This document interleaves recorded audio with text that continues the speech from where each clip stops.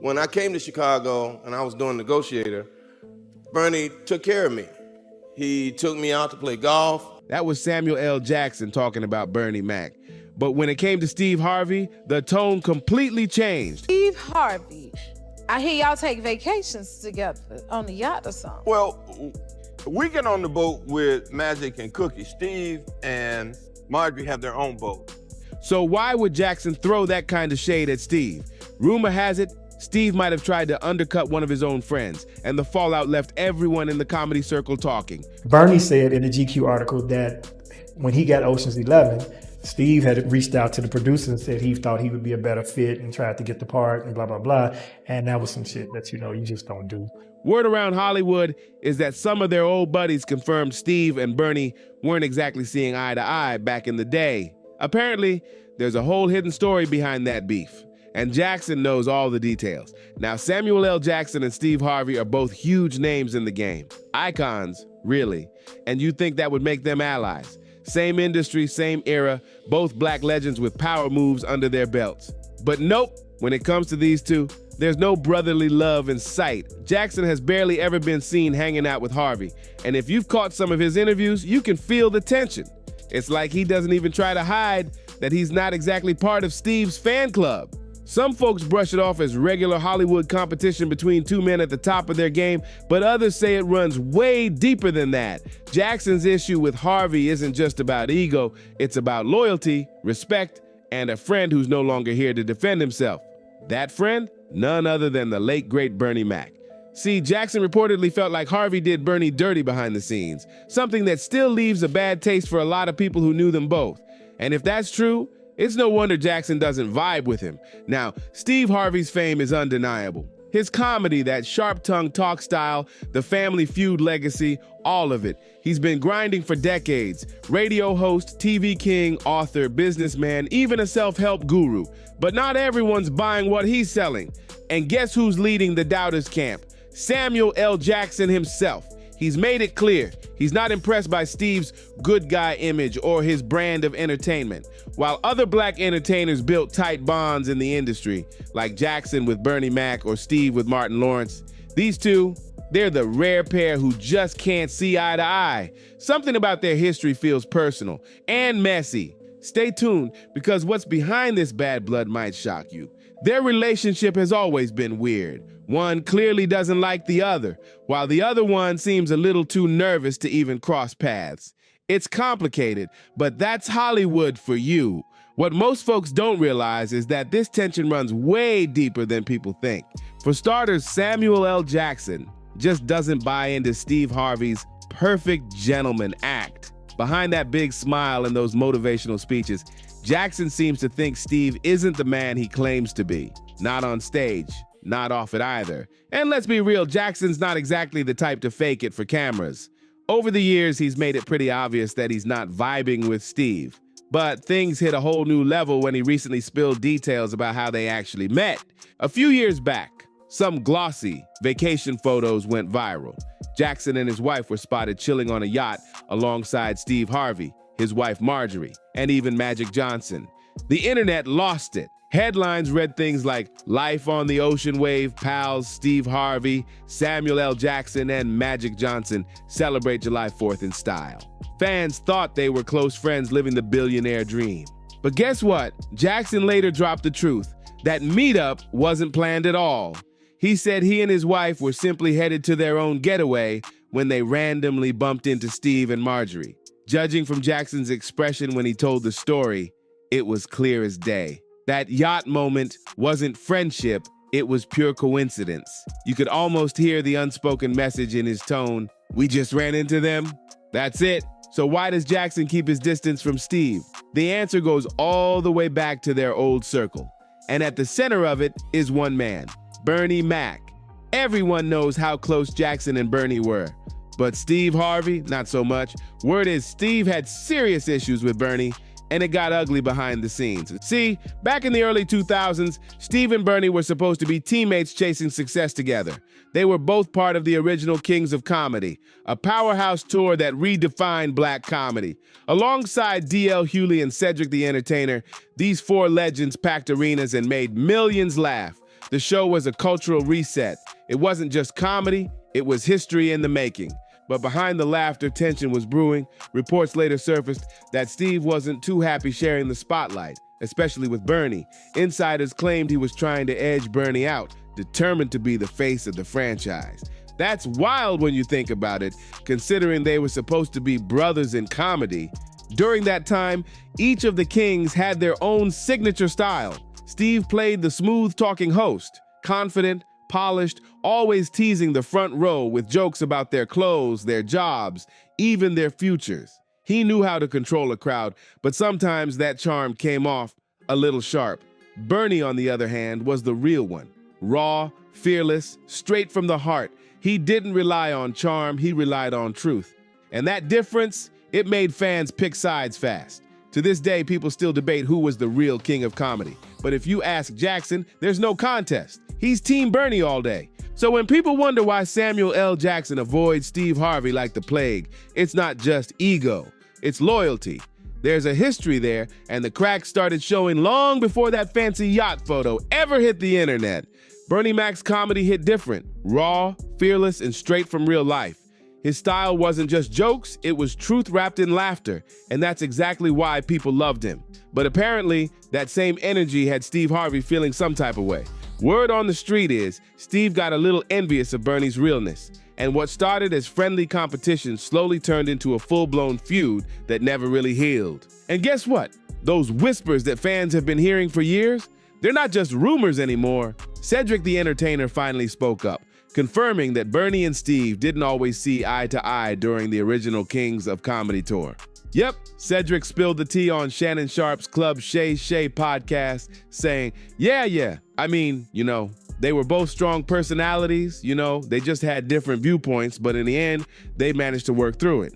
But Cedric didn't stop there. He admitted that the tension between Bernie and Steve was one of the reasons the Kings never reunited for another tour. He added, I think, of course, that was definitely a contributing circumstance, but I also think it had a lot to do with the promoter. The dude that put us all together started to think it was about him, so it started to be that. Sounds like there was plenty of ego in the mix. Not just between the comedians, but behind the scenes too. Still, fans couldn't help noticing that Bernie and Steve's different viewpoints seemed a little too personal. In fact, Bernie himself called it out.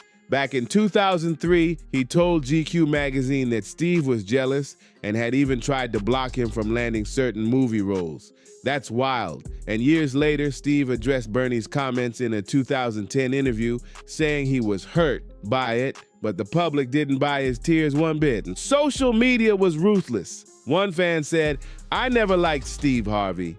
People always talked about how he had that superiority complex with other black comedians, Bernie and Cedric included. Another person came in swinging with a shocking claim. When Bernie Mac was cast in Ocean's 11, Steve Harvey went to the producers and offered to take less money just to replace him. They said no and told Bernie. If that's true, it explains why Bernie refused to ever do another Kings of Comedy tour. Imagine trying to snake your friend's movie role and still pretending everything's cool. Now, if you think Samuel L. Jackson would stay quiet after that, think again. Remember, Bernie wasn't just another colleague to Jackson. They were brothers. The two had a bond that went way beyond Hollywood lights. They starred together in Soul Men, playing old bandmates on a wild cross-country trip to honor their deceased lead singer. But here's the heartbreaking part. Bernie passed away before he could even see the finished film. Jackson's talked about it for years, and you can still hear the pain in his voice when he does. He once said, it's weird that he never saw the movie. He described Bernie as not just a co-star, but a true friend. The two had been side by side at comedy shows, charity events, and even Jackson's annual golf tournament in Bermuda, where Bernie would show up, crack jokes, and light up the room every single time. That's why this whole Steve Harvey situation hits so deep. For Jackson, it's not just about ego or rivalry. It's about loyalty to someone he loved and respected. When he sees Steve acting like nothing happened, you can bet it rubs him the wrong way. Because from where Jackson's standing, Steve didn't just beef with another comedian, he disrespected family. And that's exactly why, even years later, this old feud still keeps resurfacing. Because when you mess with Bernie Mac's legacy, you're not just crossing fans, you're crossing Samuel L. Jackson himself. Samuel L. Jackson once shared a heartfelt memory that showed just how deep his bond with Bernie Mac really ran. "We used to talk about blowing up, being famous, doing all this stuff," Jackson said. "Then when he got famous, he was here in LA and I never saw him because he was too busy doing his TV show every day. I didn't go by and bother him, but I'd run into him at events and we'd always say, 'We gotta get together.'" You can feel the emotion behind those words and that mix of love, pride, and loss all rolled into one. When Soul Men wrapped, the film closed with a beautiful dedication to both Bernie Mac and Isaac Hayes, two real soul men. And whose idea was it? Jackson's. That tribute wasn't just for the cameras, it came straight from the heart. Even director Malcolm D. Lee admitted how hard the loss hit everyone, saying, "I haven't quite processed that Bernie is gone." The grief was real. And knowing that Jackson and Bernie were like brothers, it's easy to understand why Jackson still keeps his distance from Steve Harvey. The bad blood between them has deep roots. But Steve, of course, has his own side of the story. During an interview on Conversations with Ed Gordon, aired on BET, Harvey finally opened up about the alleged feud. Gordon asked him directly about the long-standing tension with Bernie, and Harvey decided to tell his version once and for all. According to Steve, the whole problem started after Bernie's 2003 GQ interview, the one where Bernie supposedly said Harvey was jealous and tried to sabotage his career. Harvey admitted he was furious at the time. "I was upset at first because it just wasn't true," he said. "Me and Bernie had a lot of good times together, and then that article came out and put all this vicious stuff in there." Harvey even claimed that Bernie personally denied saying those things. "Bernie said he never said it," Steve explained. "I had to take him at his word." After Bernie's passing, Harvey said that his widow, Rhonda McCullough, helped him find peace with it all. "Rhonda, of all people, knows the truth," he said. "It was a cleansing moment for me because I was able to let go of a lot of stuff." Now, fans couldn't help but side-eye that cleansing moment. Because let's be honest, when someone starts talking about forgiveness and closure, it usually means something did happen behind the scenes. Harvey might not have admitted guilt outright, but the tone said plenty. And then, in a surprising twist, Harvey decided to pay public tribute to Bernie on his daytime talk show. During an emotional episode, Harvey joined forces with D.L. Hewley and Cedric the Entertainer to announce something major as the city of Chicago officially declared November 14th as Bernie Mac Day. Harvey told the audience, "Bernie was Chicago through and through, which is why the city sent this over." It's a proclamation that says, "In recognition of Bernie's remarkable life and legacy, Chicago Mayor Rahm Emanuel has proclaimed November 14th as Bernie Mac Day." The room went silent for a moment before Bernie's family broke into tears. You could see Harvey choke up too, saying, "I urge all Chicagoans to celebrate this day just as Bernie would, with laughter, gratitude, and humor, no matter what life throws at you."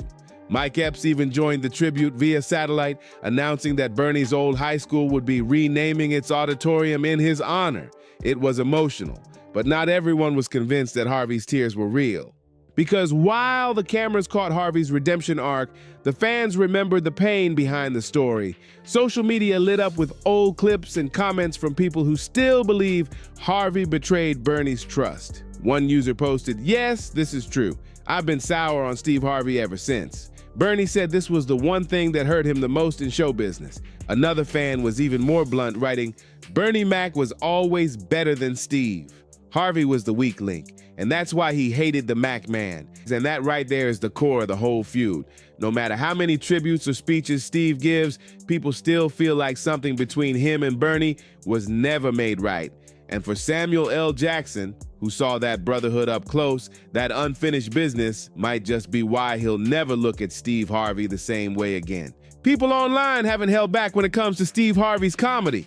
Some even say he had to practice weak jokes while Bernie was just a natural. Others call him the least funny of the kings. Ouch. But honestly, it's not hard to see why so many folks have mixed feelings about Steve, because controversy seems to follow him everywhere he goes. Sure, Harvey became a household name thanks to his stand-up, his tell-it-like-it-is attitude, and that booming TV personality, but charm only takes you so far.